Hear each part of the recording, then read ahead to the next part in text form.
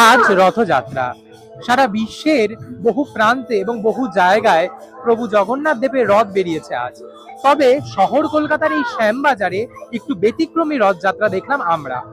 এখানে সংবেদক নামক একটি এনজিও বা সংস্থার তরফে দিব্যাঙ্গ অর্থাৎ ডিসেবল ছেলে মেয়ে এবং শিশুদের নিয়ে বিশেষ রথ বার করছে এই সংগঠন, যার ঝলক এবং ছবি আমরা এখন এখানে দেখতে পাচ্ছি।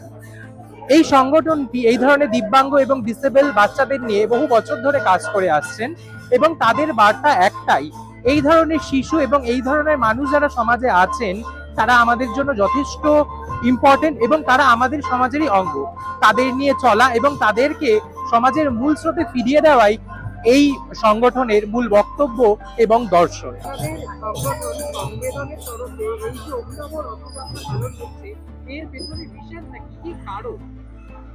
প্রথমেই জানাই শুভ রথযাত্রার সকলকে আন্তরিক প্রীতি ও শুভেচ্ছা সংবাদনের পক্ষ থেকে। আমাদের দীর্ঘদিন ধরে এই রথ বেরোয়। আমাদের রথ হুইল চেয়ার মানে দিব্যাঙ্গ রথ। দিব্যাঙ্গ রথ হচ্ছে আমাদের যেহেতু শিশুরা স্পেশাল চাইল্ড, মেন্টাল এবং ফিজিক্যালি তারা হ্যান্ডিক্যাপ, সেই জন্য আমরা দীর্ঘদিন ধরে ওদেরকে হুইল চেয়ারে জগন্নাথ বলরাম সুভদ্রা সাজিয়ে আমরা পথ পরিক্রমা করি। আমাদের সংবেদনের পক্ষ থেকে একটা বিশাল শোভাযাত্রা হয় উত্তর কলকাতার বিভিন্ন পথ ঘুরে আমাদের সিদাম্বতী লেনে গিয়ে রথ শেষ হয়। আবার ওখানে প্রসাদ বিতরণ করা হয়, প্রায় 200-250 লোক প্রসাদ পায়। বার্তা দিতে চাই মানে জীবে প্রেম করে যান সেই জন সেবিছে ঈশ্বর। আমরা ঈশ্বরে বিশ্বাসী, অবিশ্বাসীর থেকে বড় কথা মানব সেবায় আত্মনিয়োজিত করেছি। আমাদের মতোই হলো আমাদের এই স্পেশাল চাইল্ডকে পুজো করা। আচ্ছা, সংবেদন কি তাহলে এই ধরনের শিশুদের নিয়ে, দিব্যাঙ্গ শিশুদের নিয়ে সারা বছরই কি কাজ করে? সংবেদন দিব্যাঙ্গ শিশুদের নিয়ে প্রায় 30-35 বছর ধরে কাজ করে চলেছে। প্রতিনিয়ত প্রতিটা ক্ষেত্রে এই দিব্যাঙ্গ শিশু স্পেশাল চাইল্ডদের নিয়ে আমরা দীর্ঘদিন ধরে এবং দৃষ্টিহীনদের নিয়েও দীর্ঘদিন ধরে আমরা কাজ করে চলেছি।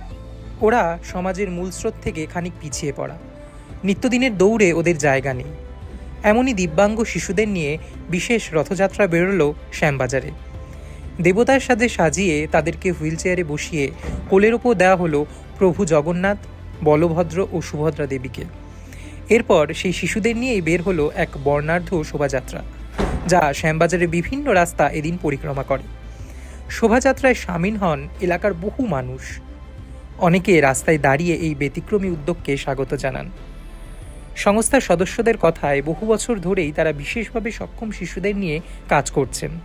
তাদের বিশ্বাস এই শিশুরাই ভগবানের সবচেয়ে নির্মল রূপ।